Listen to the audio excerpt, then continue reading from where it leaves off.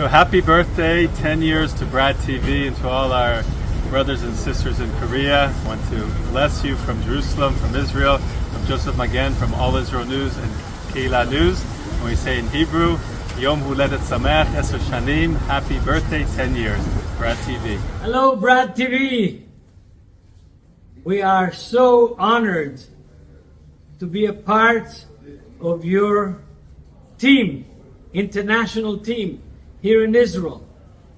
And I'm so honored personally to be able to share from God's Word on Brad TV and to develop a friendship with Brad Kim and with you and the staff of the Brad TV. 10th anniversary. I bless you to have not 10th, but 80th anniversary. And that all of you will be healthy and strong and useful to the kingdom of God and continue to bless Israel and to stand with God's word and bring good news to the Korean people from the Bible and from Israel. We greet you. Shalom. B'Shem Yeshua HaMashiach. In the name of Yeshua, our Messiah. Keep you healthy and strong financially and physically and spiritually and in every way. And I hope to be alive in 10 years and to bless you again for the 20th anniversary.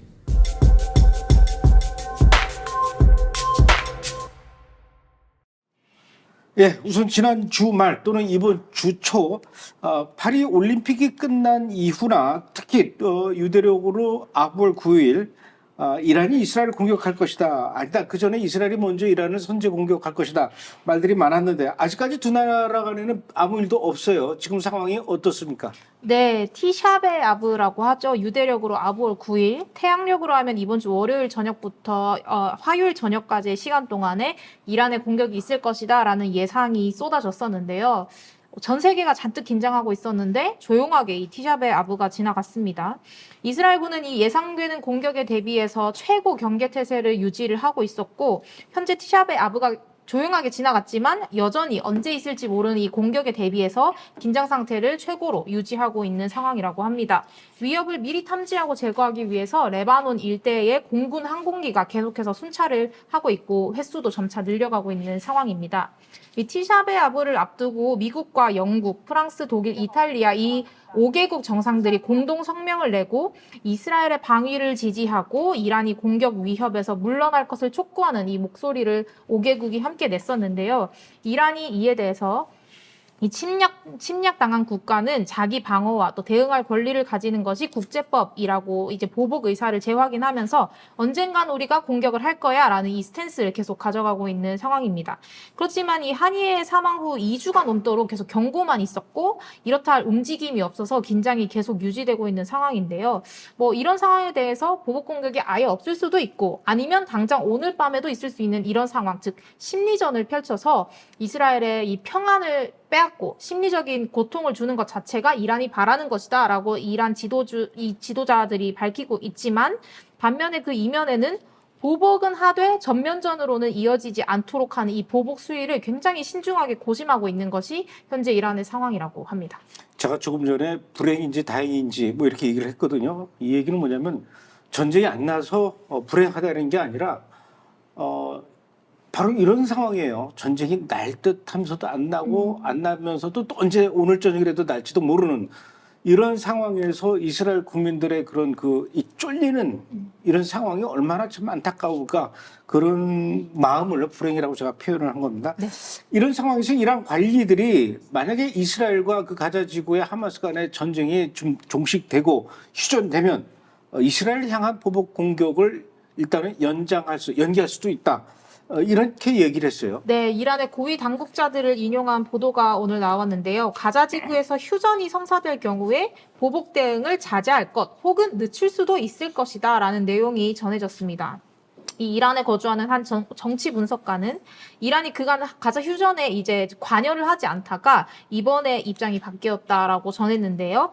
이란 지도자들이 이 전면전을 피하고 또 지역 내에서 입지를 강화하기 위해서 이번 가자지구 휴전 협상에서 아주 핵심적인 역할을 할 준비가 됐다라고 이 정치 분석가가 전했습니다. 다만 이제 이번 협상이 실패하거나 아니면 뭐 이스라엘이 고의로 협상을 조금 지연시킨다고 판단될 경우에는 직접 이제 이란이 공격에 나설 것이라고 이란의 한 고위 당국자가 전했습니다. 그래서 오늘 목요일에 아마 지금쯤 출발했을 것 같아요. 이스라엘의 고위급들이 인질 석방과 종전을 위한 협상을 위해서 카타르 도하로 출발했다라고 하는데 아마 지금쯤 도착했을 것 같아요. 이번 협상이 어쩌면 마지막이 될지도 모른다.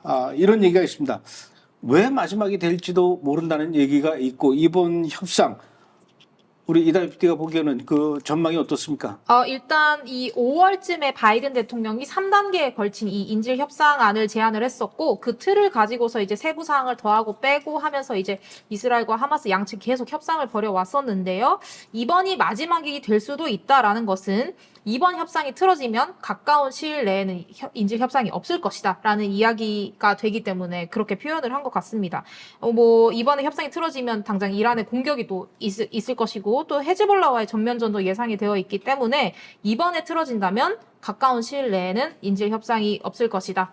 협상 테이블에 앉기가 힘들 것이다 라는 것이 이제 전망이고요.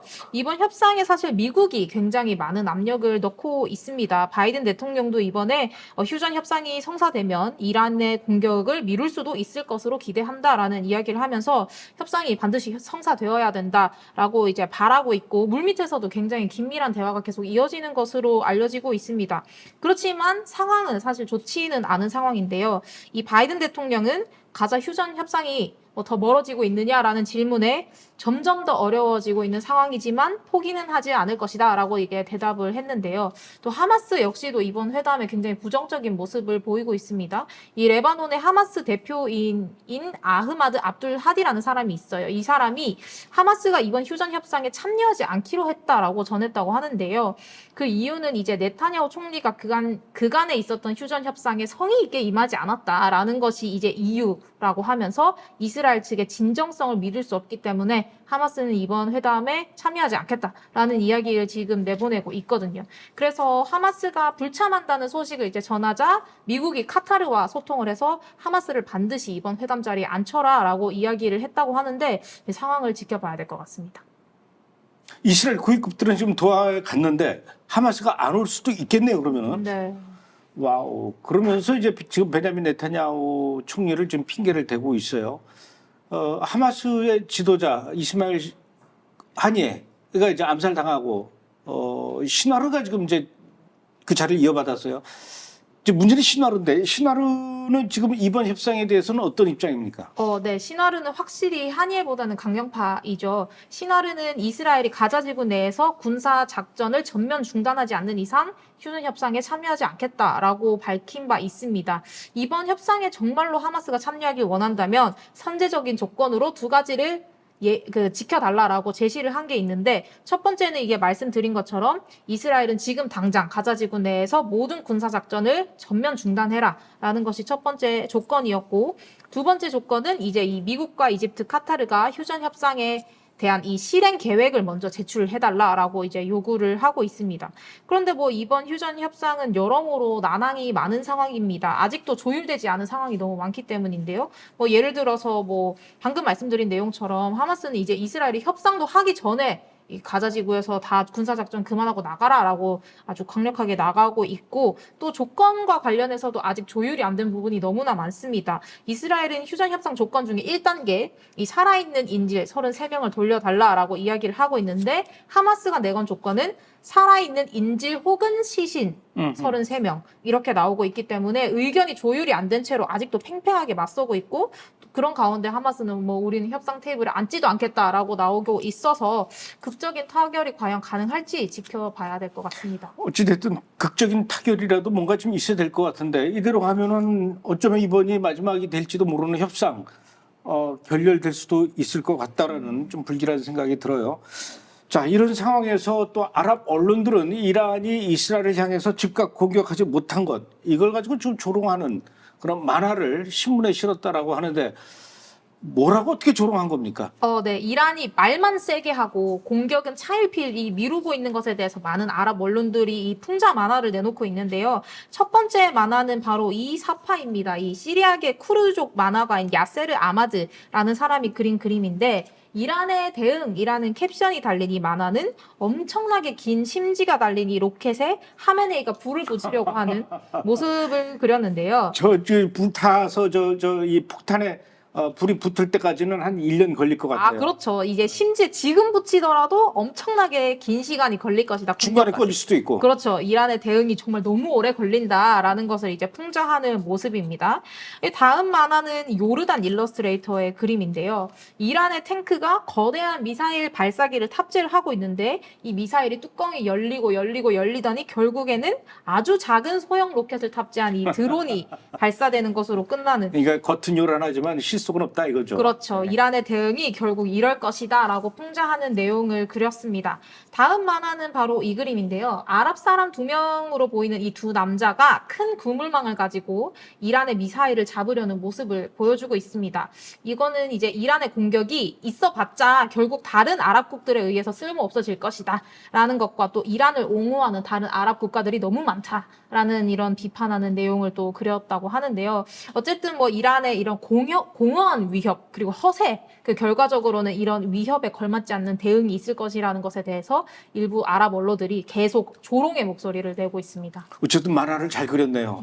아주 위트 있게. 그러면서 아주 적나라하게 현실을 잘 반영한 그런 만화 같은데 요거는 조금 결이 다른 얘기예요. 그 전쟁 얘기하고 다른데 이란의 스파이들이 이스라엘 사람으로 가장을 해서 온라인에 SNS 계정을 하나 만들어서 이스라엘 사람들을 모집하려고 했다라는 것이 밝혀졌는데 이란의 스파이들이 왜 이스라엘 사람들을 모아서 뭘 하려고 했던 겁니까? 네. 이란을 위해서 임무를 수행할 이 이스라엘 민간인들을 모집하기 위해서 이스라엘 사람인 척 가짜 온라인 프로필을 만들어서 이스라엘 민간인들에게 접근하려던 이란의 시도가 드러났습니다. 최근 예루살렘과 하이파에서 일자리를 제공한다면서 이스라엘 이름을 히브리어로 된 이스라엘 이름을 가진 계정을 사용해서 이스라엘 민간인들에게 접근했던 이란인이 있었는데요. 이 신베트는 해당 계정이 이스라엘 국가 안보에 해를 끼칠 수 있는 임무를 수행하도록 설득하려고 했다라고 밝혔습니다.